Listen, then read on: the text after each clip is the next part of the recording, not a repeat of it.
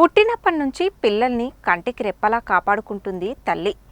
పిల్లల ఉజ్వల భవిష్యత్తు కోసం ఆమె ఎంతగానో తపన పడుతుంది.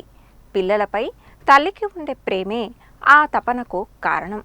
అంతర్జాతీయ మాతృదినోత్సవం సందర్భంగా ప్రత్యేక కథనం.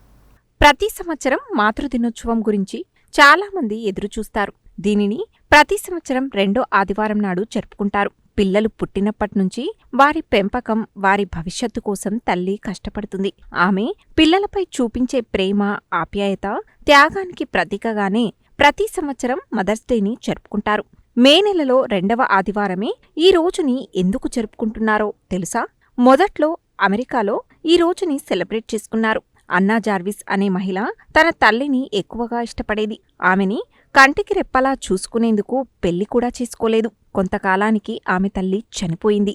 అన్నా జార్విస్ తల్లి మేలో మరణించింది కాబట్టి ఆ నెలలోనే ఈ మదర్స్ డేని సెలబ్రేట్ చేసుకోవడం ప్రారంభించింది. పిల్లల కోసం జీవితాన్నంతా త్యాగం చేసే తల్లులకి ఈ రోజున ప్రశంసలు దక్కాలనుకుని ఇలా సెలబ్రేట్ చేసేది అన్నా. తన తల్లి మరణం తరువాత జీవితాన్నంతా ఇతరుల సేవకి అంకితం చేసిన అన్నా 2వ ప్రపంచ యుద్ధ సమయంలో గాయపడిన అమెరికన్ సైనికులకి తల్లిలా సేవ చేసింది. ఆమె సేవకి గుర్తుగా అప్పటి యుఎస్ అధ్యక్షుడు వుడ్రో విల్సన్ ఆమె గౌరవార్థం ఓ చట్టాన్ని ఆమోదిస్తూ మదర్స్ డే సెలబ్రేట్ చేసుకోవాలన్నారు. యుఎస్ పార్లమెంట్లో చట్టాన్ని ఆమోదించడంతో 1914 మే 9న అధికారికంగా సెలబ్రేట్ చేసుకోవాలని ఆదేశించారు. అప్పటి నుండి ప్రతి సంవత్సరం మే 2వ ఆదివారం మదర్స్ డేని సెలబ్రేట్ చేసుకోవడం ప్రారంభించారు. అప్పట్లో కేవలం అమెరికాలోనే ఈ రోజుని సెలబ్రేట్ చేసుకునేవారు. కానీ రాను రాను ఐరోపా, భారతదేశంలో ప్రారంభమై క్రమంగా ఇతర దేశాల్లోనూ ఈ రోజుని సెలబ్రేట్ చేసుకుంటున్నారు.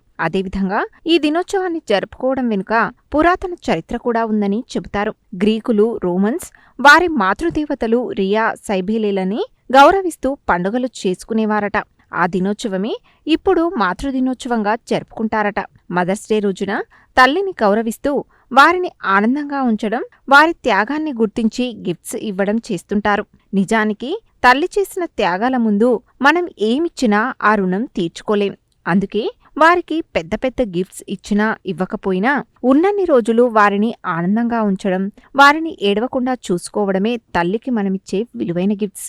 అందుకే వారిని గౌరవించండి, వారి మాటకి విలువనివ్వండి. నేటి కాలంలో చాలామంది తమకే అన్నీ తెలుసు అన్నట్లుగా తల్లిదండ్రుల మాట పెడచెవిన పెడుతున్నారు. అలా కాకుండా వారు ఏమనుకుంటున్నారో, వారి మనసులో ఏముందో తెలుసుకోండి. వారి సలహాలు తీసుకోండి. మీరేమనుకుంటున్నారో వారికి అర్థమయ్యేలా చెప్పి వారి అంగీకారంతో పనులు చేయండి.